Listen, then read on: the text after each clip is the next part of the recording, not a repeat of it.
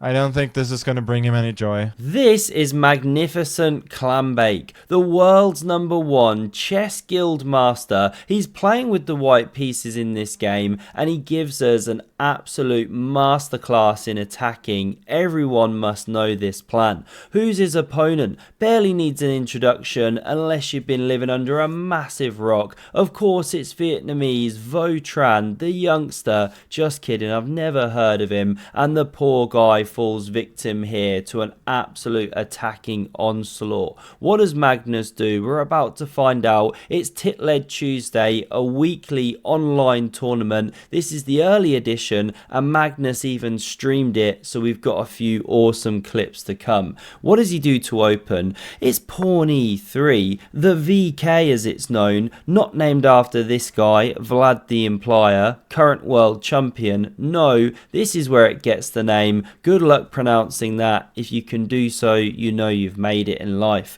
We see black take the center here. Magnus explodes the board.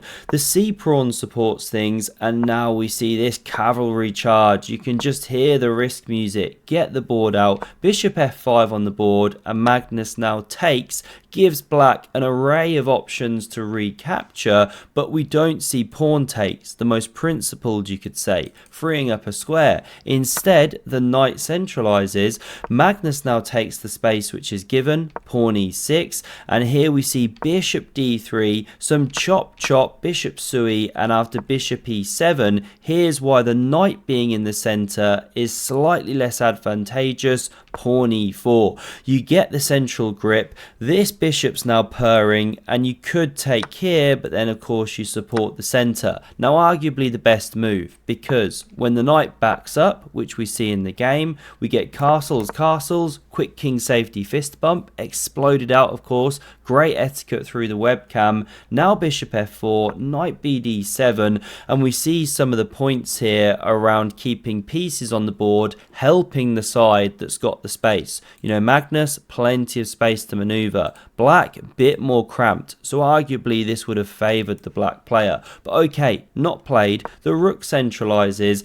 Now we see rook e8, and this is so instructive, right? I'd be playing rook fe1 in a heartbeat. h3, right? King a1, something sensible. But no, Magnus, what does he do? Pawn h4, absolute Alpha Zero-esque aggression. Why does he do it?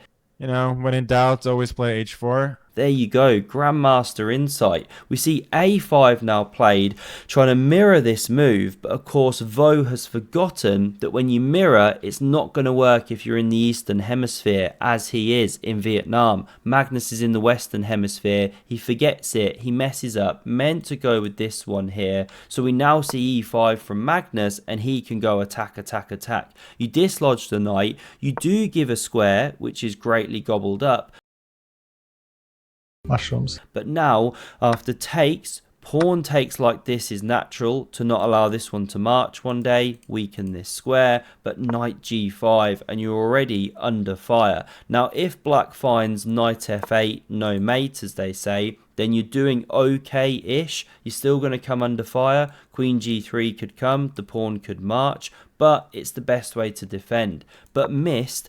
Instead, we see the very stinky bishop takes on g5. It's not a good move because after Magnus captures, the dark squares are firmly under his grip, right? Don't Botez Gambit. It's saved, hits the pawn, and now very instructive. Is it defended? b3, run into a4, do something passive, no. We see queen g3. Take the juicer. I don't care. I'm going for the king. And this is of course a big threat, right? So that's why we see the king sidestep, but you should actually come to f8.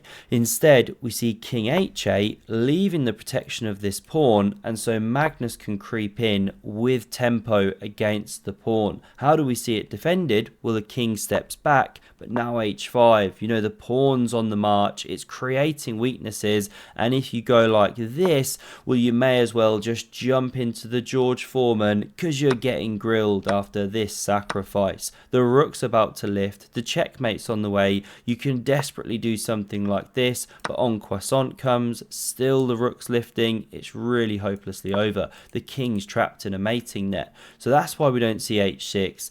Instead, we get rook ac8, going for desperate counterplay. You can already lift the rook, but Magnus goes h6, creates the Swiss cheese on the dark squares. By the way, if you're enjoying the epic cheese, do consider subscribing. We might get to that 100k by midsummer 2029. And after this move of g6, finally Magnus whispers, do you even rook lift, bro? I don't think this is going to bring him any joy. That one's swinging. This pawn's taken, not the best. Invading with the rook was a bit more precise, and now pick your way to win. You can do this and crash through here. Magnus goes in this direction here, and it's getting so awkward. I mean, it's like rubbing lotion into another man's back. Just not ideal. How do you defend the king position? Well, rook f8 was played, but it runs slap bang into bishop e7. Now you give up the dark squared bishop, but to win an exchange. Another pawn gobbled to march this one, but it's too little too late. Bishop takes, and now Magnus puts the icing on the cake. But just before I show you this move, I need some help here, because I'm about to show you a clip from his stream. He's humming away a Pink Floyd song, but I can't for the life of me remember the name of the song. If you can have a listen to the lyrics, maybe you can help me out here. Just another dick in the hole.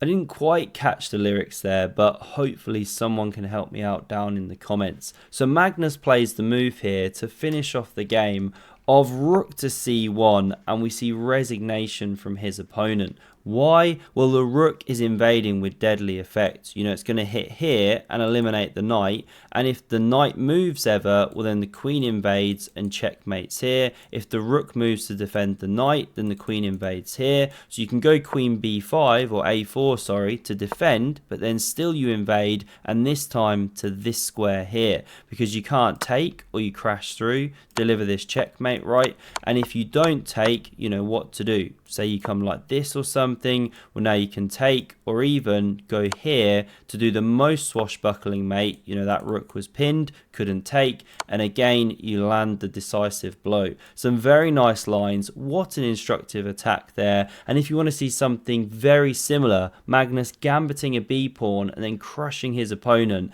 have a look at the video on screen that I covered very recently. Thanks a lot for watching, and hope to see you again soon. Cheers.